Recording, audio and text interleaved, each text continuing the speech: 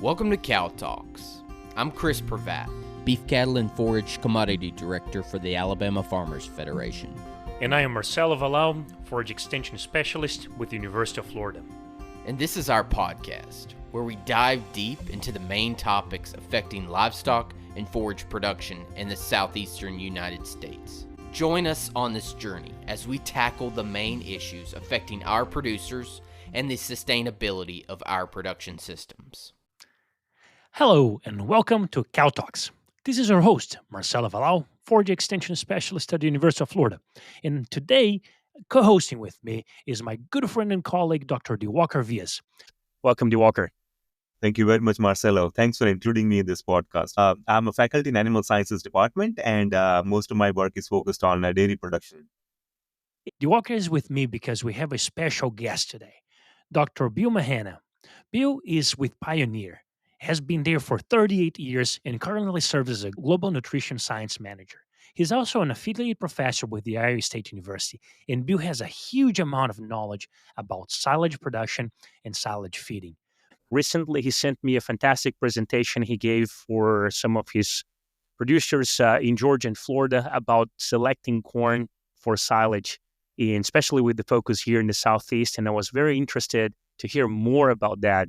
Bill, welcome to the Cow Talks podcast. Well, I'm a nutritionist by training, like DeWalker, and I've had the luxury to work with agronomists my whole career with Pioneer. And so kind of what I try to do is be this link between the agronomy people and the nutritionists, because I think there's a lot of myths out there that we needed to clarify, and a lot of things to kind of narrow down to your point of what do we select for.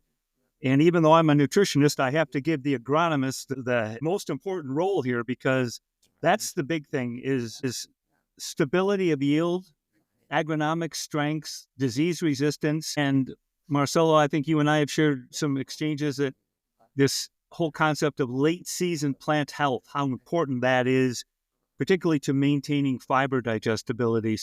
You know, that's really where it needs to start. I guess the three things are agronomy. We got to spend most of our time there. Then dry matter yield, which are the things you report on your silage plots. And then I think the next one is starch. Now, when you get a nutritionist involved, they're going to want to immediately go to fiber digestibility, because that's going to affect not only energy, but it's also going to affect intake. And that's where I really try to work with people to have them understand really, you know, what does control fiber digestibility? How do we have any control over it? Is it genetic? Is it environmentally induced? So those are the things we were talking about. Yeah, so one of the things you mentioned is that related to the digestibility is at the end of the day, you really need a big difference to make a big number difference there to make significant biological difference. And while we focus on this fiber digestibility, which is important, we start neglecting some of the other things. Working here in Florida, one of the main challenges is disease. So that, as you mentioned, that late season plant health. Yeah. Late season plant health becomes extremely important, especially for folks that are doing the summer planting, which probably is not very advisable here in Florida. For example, our summer planting, everything had southern blight to a point that we had to harvest way earlier than the physiological maturity, well, to the target maturity, just because the plants were just completely gone and the quality went way down.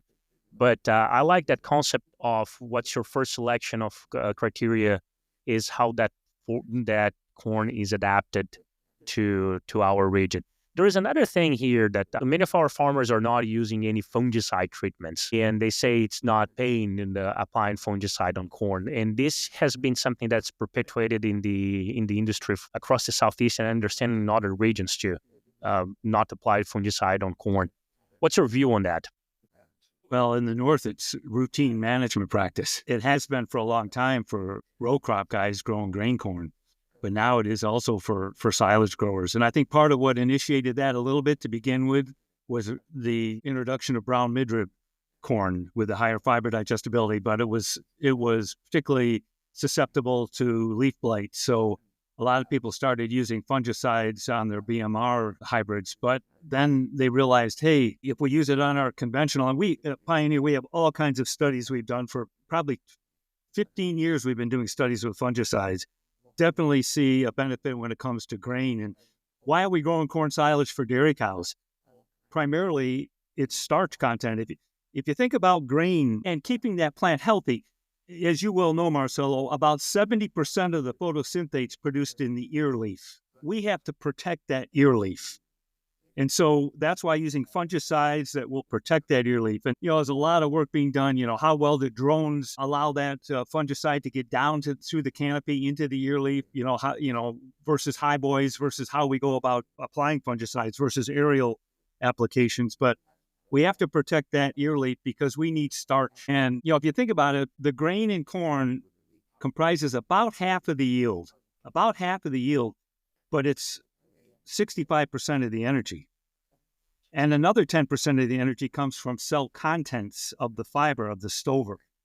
Only 25%, and I'm not minimizing it, but only 25% of the energy in corn silage comes from fiber digestibility. And again, to your point, if we can protect that late season plant health with the fungicides, particularly as we're seeing things even up north now with tar spot, and you guys have seen tar spot as well. It'll just take that fiber digestibility and just drop it like a rock. So, if we can use, hybrids that have better genetics for late season plant health, we have management tools like fungicides, and that way we can extend that harvest window a little bit and maybe widen that harvest window if we can't get across all the acres in as timely manner as we'd like to. So I think, it's pretty much a standard application. What's going to be interesting in the future is as we move to short corn. I don't know if you want to talk much about short corn, but I've made predictions. I know that Mike Rankin from Hay and Forage Grower has interviewed me about the future of corn silage, and Mike and I, he's an ISU grad, had a lot of good discussions. And I said, I think this is my personal opinion, but I think within 20 years, all corn will be short corn. We won't have the standability issues, but the good advantage to that is the fact that it'll be a lot easier to apply fungicides on short corn than it is on normal corn.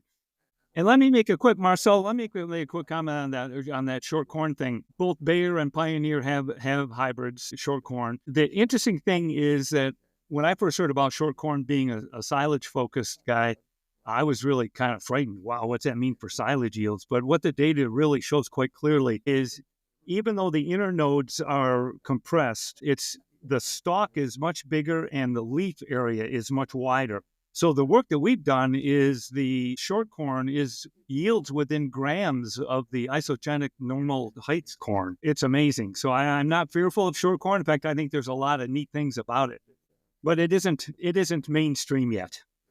I haven't seen a lot of short corn. I've heard about the talk. I've heard some of our companies are carrying, but I haven't seen a lot of it in Florida. But I think it would be a fantastic trade for Florida because a lot of the issues we have, especially for late planting, that we get into the hurricane season, is standability. Absolutely. We had 3 hurricanes this year, 3 strong hurricanes coming through Florida in the late summer and fall.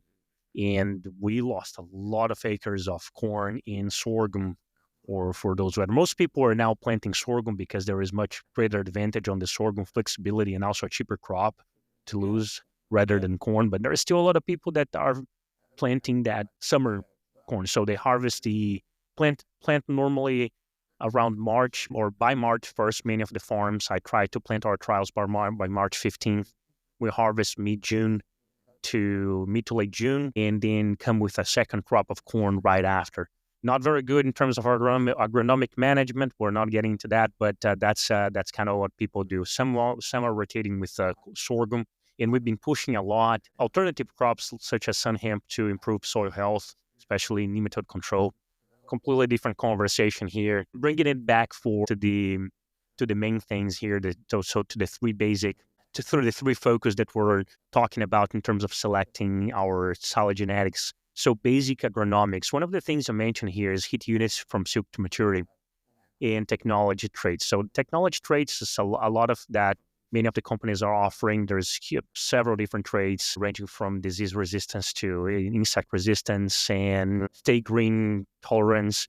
So let's talk about some of those traits. What are the main traits that we'll be looking for in a corn, especially focusing on the Southeast?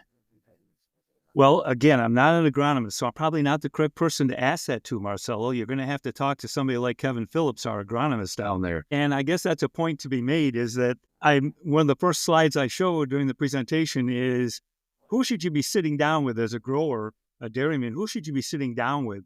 You're likely going to have a brother or an employee or an uncle or somebody who's going to be running the crop side of the business. You're going to have somebody who's going to be running the dairy side of the business. And the dairy side of the business is going to have a nutritionist sitting there. And I guess the point is, a lot of times people will call me and say, which silage hybrid should I plant? And I go, I have no idea. Don't ask me. First of all, you have to talk to the local salespeople who know the performance of hybrids in that local geography. You can't take a data set from all across the United States and lump it together and say, oh, this is the best silage hybrid. So I'm going to stick to my rule, and I'm not going to answer any agronomy type questions, Marcelo. Okay, we'll have to bring Kevin here to talk more about it. And Kevin, by the way, is a great resource. I frequently talk to him, as I talk to several other colleagues from the industry, because they have so much field experience that helps us guiding even our trials. I rely on them a lot to make some decisions in terms of management. But I'd like to go back to our initial question about what should we select for. And notice that I said agronomics, then dry matter yield, then starch content. Mm-hmm. I didn't have fiber digestibility there. So I just like to touch on that just a little bit for the nutritionists that might be listening. I started to do work probably almost 25 years ago. I asked Peter Van Soest to go through his data sets with all of his graduate students and help me Pioneer understand what influenced fiber digestibility. Then after that, we supported a postdoctoral student with Dave Mertens at the U.S. Dairy Forage Research Center, and we learned even more. But what we know affects fiber digestibility is moisture. By the time the plant goes reproductive, by the time we have a tassel in the field, the fiber digestibility has already been set on that plant. And the only thing that will detract from that fiber digestibility will be if the late season plant health is very poor. Then or maybe an early frost up north, or, spider mites, or things like disease, environmental issues.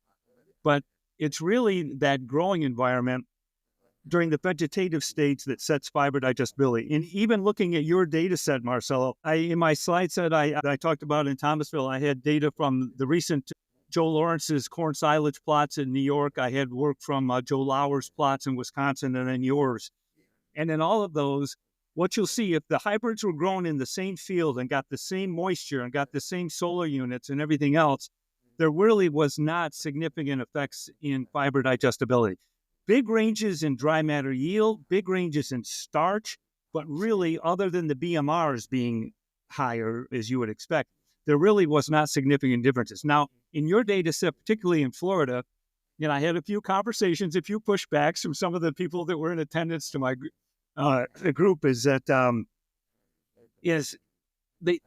I think there's an impression in the Southeast that genetics plays a bigger role in fiber digestibility. But even looking at your data set, Marcelo, what I noticed is that the plants that had the lower dry matter actually were the few that had the really high fiber digestibilities. And I would say that lower dry matter probably is somewhat a reflection of late season plant health. And so even though some of those, I was looking at the 2023, I haven't seen the 2024, Marcelo, but you need to get to work and get that data out, Marcelo. It is out. It is out already. Oh, all right. I've already okay. sent. And now we can have we have a little plug for that. The data is there. Yeah, the data is out. I was actually checking our tool, our online tool. So if people that are listening, they can find the link for the description, link for the website in the description of this podcast, or you can Google UF Silage Hybrid Decision Tool or UF Silage Tool. You'll find us. It's a very long and convoluted link to share here to talk. But if you look into the Forage Team website, you're going to find that. So we do have the 2024 spring. We don't have the summer results yet. I've sent that to the companies we should be posting.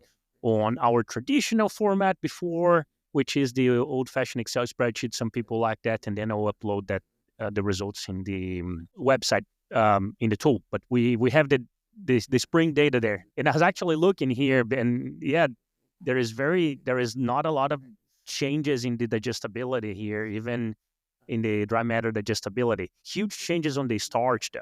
Yes. Huge changes in the starch. Anywhere like very low starch, 20s Yes. in the mid, low 20s, in maximum about 50 or even lower than 50. So we're not getting the same starch content as you guys see in the north. Yep. But I think, I want to make the point that fiber digestibility is extremely important to a nutritionist. But that is because it's what Mother Nature threw at that hybrid in that particular field, that particular year. But it's not a selection trait for the genetics when you're trying to plant something. So stick with the agronomics, talk to the agronomy people. It's good to have the nutritionists involved in that discussion, but don't be trying to go for a hybrid that, on your plot may look like it's, I pulled the data from 23 anyways. The average fiber digestibility was 53.5%. The range was from 51 to 57. Don't be going for the hybrid that's got 57, and I took the BMRs out of there. That's just the standard hybrids. Don't be trying to say, we got to push towards that 57 because of the fiber digestibility. Because, first of all, Dave Mertens taught me this. I asked him one time, how much difference in fiber digestibility should I look at to be significant? And he goes, well, there's a difference between biological significance and statistical significance. But he said, if you look at the error involved with measuring NDF digestibility, say a 30-hour NDFD, remember, you've got to measure NDF before you incubate it. Then after the 30-hour incubation, you have to measure NDF again. There's a lot of error in measuring NDF, and then you're measuring it twice. So inherent in that method is a lot of error. You can use a standard error in terms of the fiber digestibilities within a plot, but I think the standard error on your fiber digestibility was 1.7. But the point is, how is that biologically significant to a cow? And I don't think it is when we put it in the ration, even if it's 80% of the forage, like we're seeing in a lot of dairies, 70 to 80% of the forage is corn silage in these days. So again, don't get too carried away with fiber digestibility. The better job you do with selecting agronomics, the better chance you're going to have of having good fiber digestibility when you harvest it. And the other thing, you mentioned a comment, Marcelo, about stay green.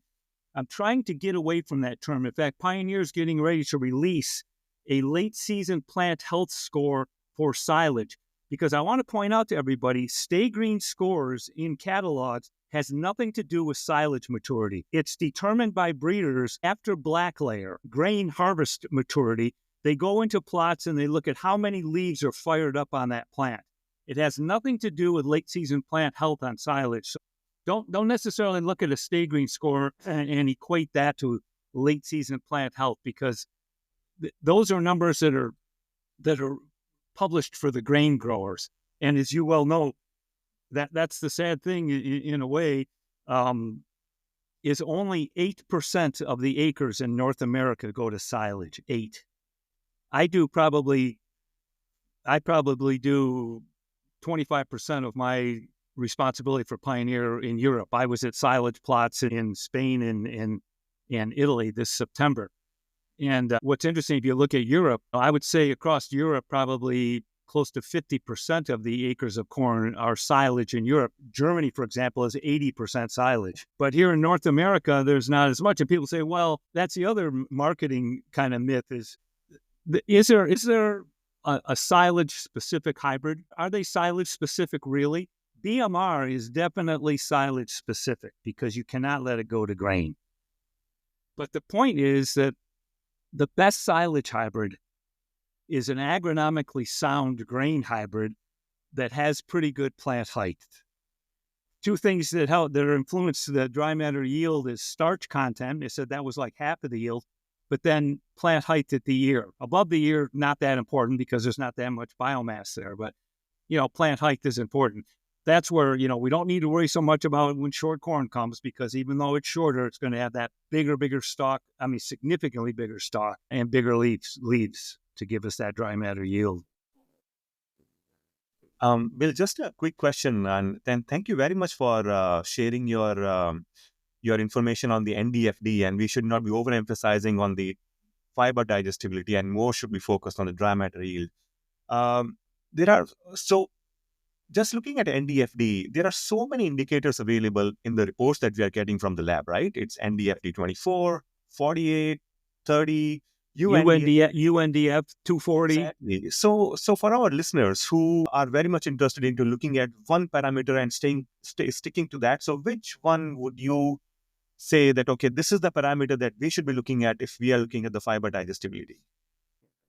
Well, I would ignore fiber digestibility.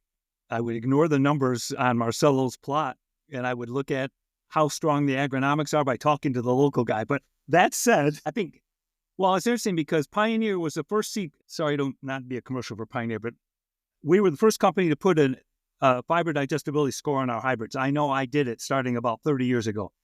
And at that time was when the NRC was first coming out with NDF 48 hours. And we said to ourselves, 48 hours, that makes no sense at all. I mean, that's just not relevant to a high-producing cow in lactation, maybe a dry cow. And so we had a researcher at the time who's now retired, Dr. Don Sapienza, and we developed our own NIR calibrations based upon incubations for NDFD at 24 hours. We published 24-hour numbers forever. We recently have migrated to the 30-hour NDFD simply because that's what the Cornell model uses, and NDS and AMTS and all those tend to use a 30-hour number. So I think that's the number. But again, that's a very important number for the nutritionist, but it's not a number that we should be looking at when we're selecting what to plant. And maybe I should just go back and just for a second say, I mentioned that the vegetative growth of the plant was what set the fiber digestibility. You guys could actually go into the field at pollination, harvest plants, look at the fiber digestibility, and the R square to what the fiber digestibility will be in the same area of the field at harvest will be in the high 70s. So you can predict, and in fact, we do this up north. Dairies I work with here in Iowa, we will actually look at rainfall and soil types. So water holding capacity of the soil is very, very important. Sandy soils are almost always going to give you higher fiber digestibility than heavier clay soils. Too much moisture tends to lower fiber digestibility. And that's what Peter Van Soest's work showed. That's what Dave Mertens showed. In fact, Joe Lauer last year published studies about 10 years worth of data from Wisconsin, and heat units had no significant effect on fiber digestibility, but moisture was highly significant in terms of too much moisture lowered fiber digestibility. If you talk to the labs like Rock River and Dairyland Labs and Cumberland Valley, and they slice and dice the country, you can almost tell where irrigation is in use because irrigated corn almost always has lower fiber digestibility than dryland corn. Not that we shouldn't irrigate. We need to irrigate in a lot of environments. But when we're really pre-watering and we're getting a lot of that robust growth and we tend to have a little bit taller plants, that's great for yield, but it will have a negative effect on fiber digestibility. The best corn silage is grown in a year where there's slightly dry during the vegetative growth, and then we get a lot of moisture during starch fill during the reproductive phase. That tends to be the years that we have the best yield and digestibility. I do like UNDF 240, though. We started publishing that as well on our plots. Although, again, Marcelo, we publish the same things you do, and then I got to go tell people, ignore that. But we have it there just because we want to show people we think we know what we're talking about when it comes to corn silage. That's why we put the UNDF 240. And again, that's not something that should be used for selection, but by golly, it's going to help a nutritionist determine how much I can put in the diet before I start to limit intakes. And that's the only reason we use the UNDF 240 or UNDF 30. Very interesting. Let me ask you something about it's also on the agronomics. You might have to pull the Kevin excuse here that we need to talk to Kevin on this one. But early on, you talked about widening the harvest interval, so choosing hybrids that you can come to them at the right time. And many people will think about this, will approach this from a planting perspective, from a maturity perspective, not from a planting day perspective. We're going to try to get all that corn planted as soon as possible. And then choose hybrids that range, I don't know, from 114 to to 118, 120 relative maturity days.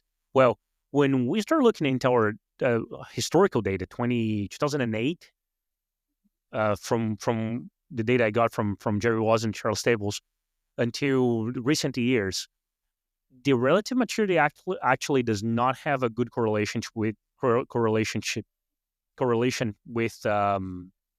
harvesting time. So there is not a good correlation, maturity and harvesting time, but we do have some of correlation between maturity, actual maturity, not relative maturity, actual maturity and productivity. So the longer growing hybrids, or the hybrids that are in the field for longer, difference here, okay? Hybrids that are in the field for longer seasons because of not as hot seasons or something that extend the amount of days between planting and harvest, then we get higher productivity, then we have higher milk production per acre also. Yep. So higher quality, higher productivity. How do you stand about that? Do you have any information on the actual choice of the hybrid by relative maturity and the actual maturity in the field? Well, you tend to have taller plants, more internodes with longer season plants. So longer season is always going to generally give you more tonnage.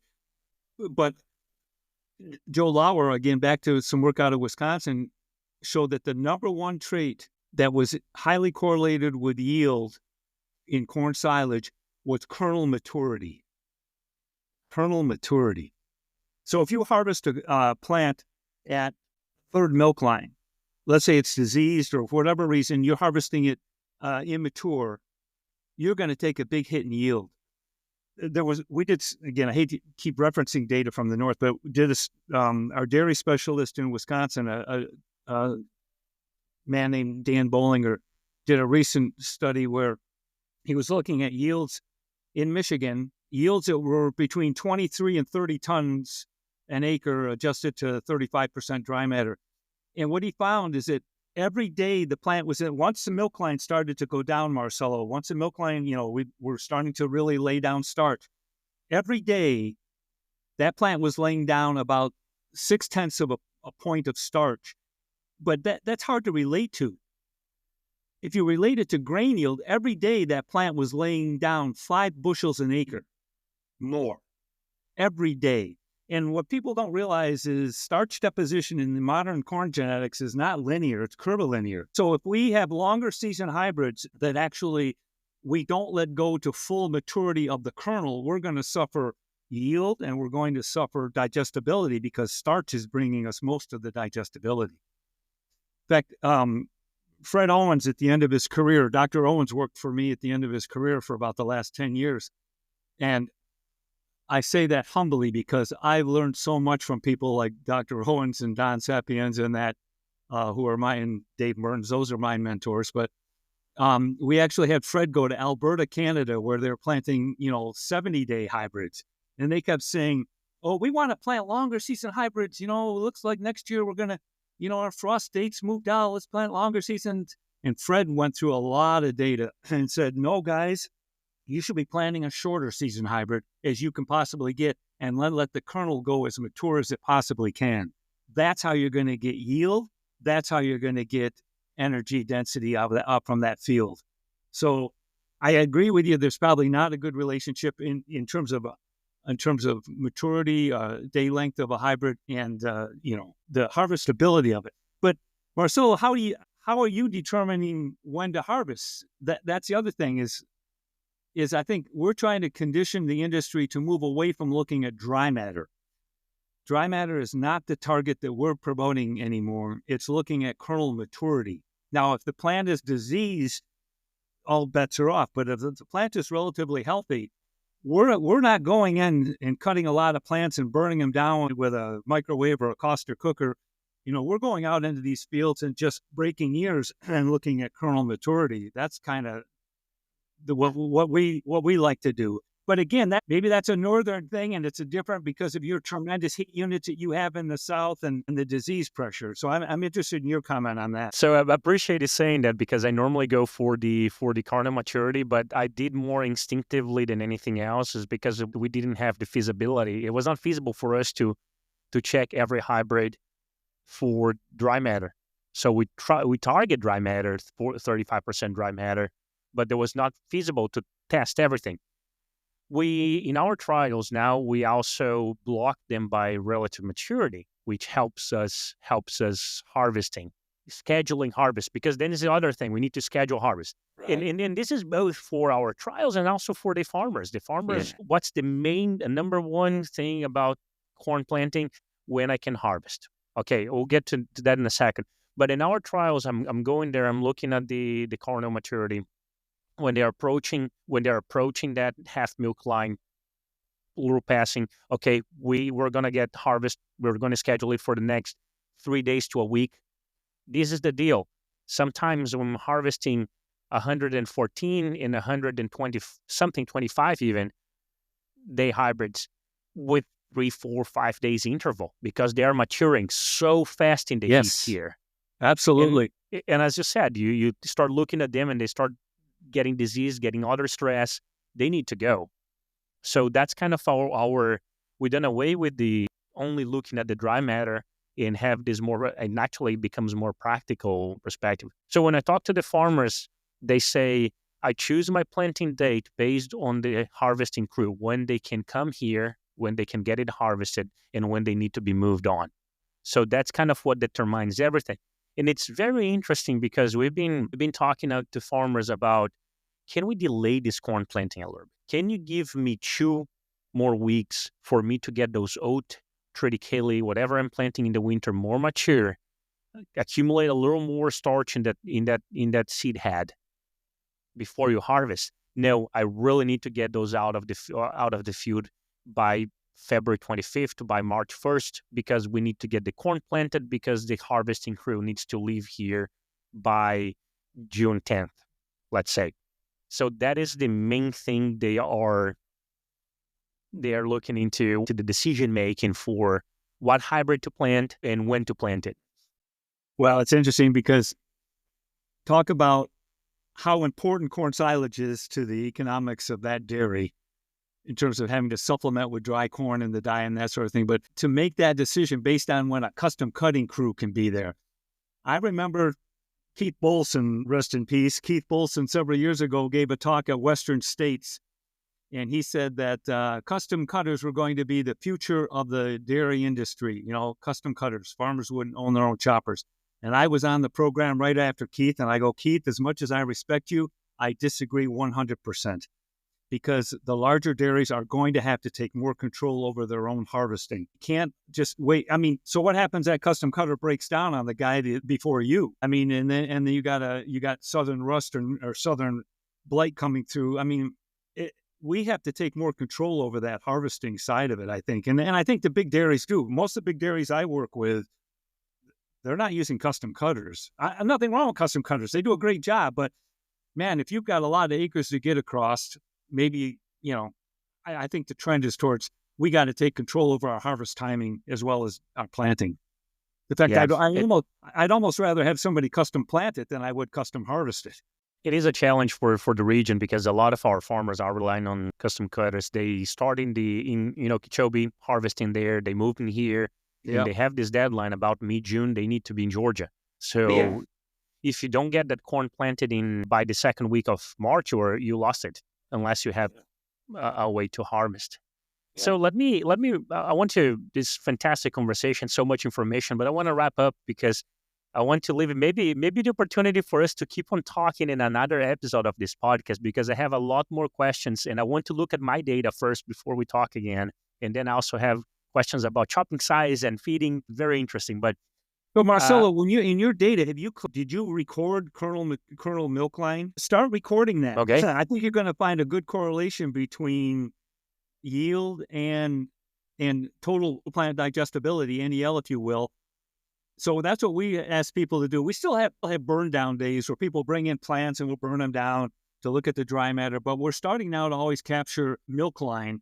And again, 5 more days in the field, Marcelo, can be 25 bushels an acre more starch in that corn silage. And it can be, well, the data from Michigan showed 5 more days was 1.5 tons more silage, 1.5 tons more silage that had considerable more starch in it.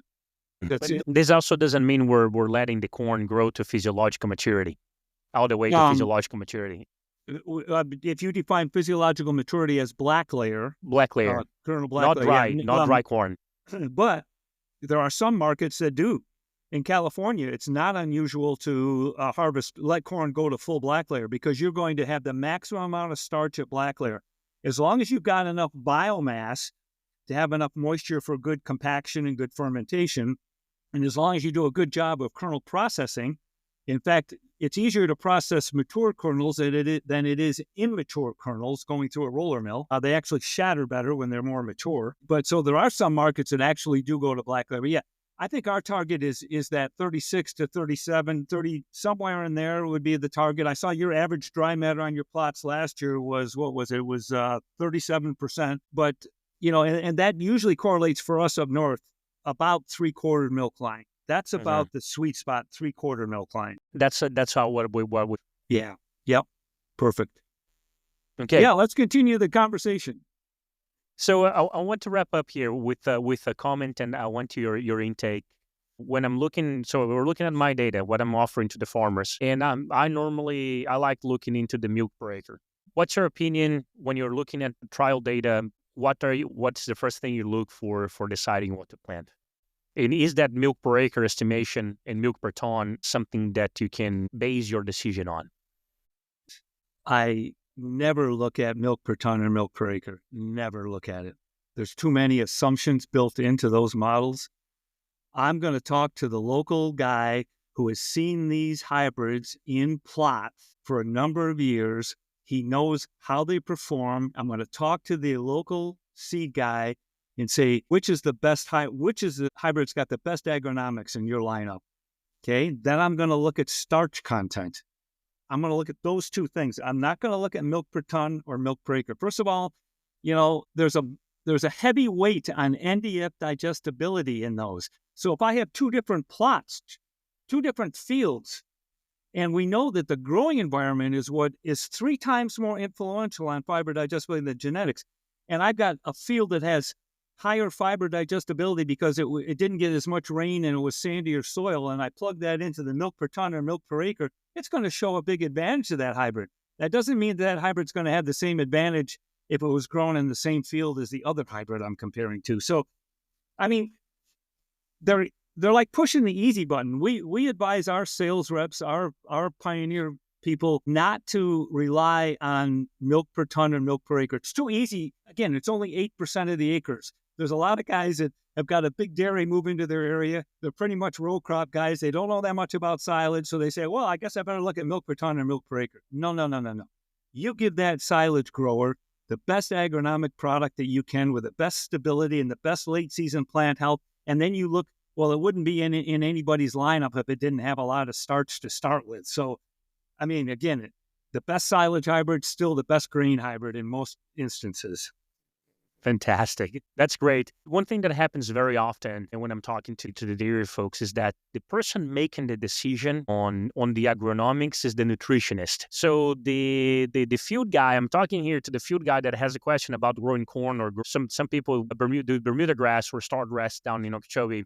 Some folks here with sorghum or even with alfalfa to a lesser extent. And they have the forage question, the agronomic question, and they say, well, but my nutritionist really wants me to hit this target for the digestibility or for this or whatever it is. And that's really what I wrote the bottom line dairy column in feedstuffs for about 8 years. And that was always trying to get that across to nutritionists that would read feedstuffs. It's good to have you involved in the discussion when it comes to harvest timing, chop length, kernel processing. What is the UNDF 240 and the NDF and the starch, all that you need to put into the Cornell model. But man, you got to stay away from, you don't know what you don't know about agronomy. I used to think I knew everything about corn silage until you, as a nutritionist, you go to work for a company that has tremendous corn breeders and tremendous agronomists, and you realize, wow. Just a quick story. I remember being in the West and saying to a friend of mine who has a big dairy in Kansas, and I'm standing there with a pioneer agronomist, and I'm telling him, And I actually had this similar discussion with Pete Gelber and Richard, saying, if we could just stress that plant for moisture just a little bit during the vegetative state, we might be able to manipulate fiber digestibility. And the agronomist looked over at me and he goes, "Bill, are you crazy? Don't ever say anything like that again. If we miss a watering, we'll never get caught back up with the evapotranspiration needs of this plant. We can't miss a watering. That's crazy." Now, there is some work being done in Idaho and in California where they actually have flood irrigation. With flood irrigation, you could get caught back up. So, there's a lot of people in the world that know about irrigating corn, but they only know about it when it comes to grain corn. Nobody knows anything about irrigating corn when it comes to silage. But again, realize where I should be on the nutrition side of things. And again, nutritionists, you guys do a fantastic job, but stay away from trying to put your 2 cents in terms of what we should be planting. Because, again, this is a quote from Fred Owens. The growing environment is 3 times more influential on fiber digestibility than genetics. And Mike Van Amberg is quoted as saying, moisture the plant receives is 7 times more influential on fiber digestibility than its heat units. So it's growing environment. So let's just select a hybrid that's got the best late season plant health, the best agronomic package possible with the best traits that work in your particular area. And then let's get it harvested in a timely manner, get it, chopped to the right length, make sure the kernel processing is correct. And then you guys like me can take you over. Fantastic. Yeah, I feel like the nutritionist also has several other tools to fine-tune that diet that was way easier than trying to fine-tune in the field for the agronomics because we're subjected to so many environmental factors. Bill, fantastic conversation. I think there's a lot, though, I know there is a lot more I want to ask you, but it would not fit in one of our podcasts. We may even have to chop this in two. Chopping length is going to be our next topic. Marcelo, coming from a nutritionist perspective, I think this was a huge learning experience for me as well, because the perspective that Bill brought, I don't think it's very common among nutritionists. We are so much focused on fiber digestibility most of the time. And I think the point that you mentioned at last is very, very important, that we have this flexibility of fine-tuning the diet. But probably, I think we should work with agronomists to make sure that at least we standardize the yield, the starch content before we start thinking about feeding to the cattle. So thanks for sharing this, Bill. I mean, this is very important perspective. Good. Thank you. Thanks for the invite. Thanks a lot. And let me do a couple of advertisements here. So first of all, check the podcast description for the silage decision tool, which Bill said is probably not very valuable, but we'll still promote that because that's a big partnership with the industry.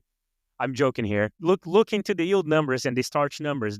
Forget everything else. I always talk to your local representatives or seed companies and to the farmers that are growing, so they always have a great local perspective of what is working best. The second shout out I want to do is for our upcoming Silage Conference, International Silage Conference coming in July to Florida. This is more of a scientific audience. So if you're a researcher or you're in the industry and interested in the silage production in general, take a look into our agenda. That might be interesting for you to come to Gainesville, visit us in the middle of the summer. It will be a lovely summer to receive all of you here. Bill, thanks again. Walker, thanks for joining us today. And we'll look for another opportunity to talk about more aspects of silage production. Thank you very much, Marcelo. Thanks, Bill. For more information on our variety trials or about this podcast, please contact us through the email forages@ifas.ufl.edu. That is forages@ifas.ufl.edu. You can also find more information in our IFAS webpage for the forage team. Just put on your search engine IFAS forage team and you'll find a lot more information about the work we developed for corn silage and many other forages. This podcast was brought to you by the University of Florida IFAS forage team with support from the Faculty Instructional Resource and Support team from the College of Agriculture and Life Science. This episode was produced by Marcelo Wallau, Olivia Maury, and Ashley Kanabrowski.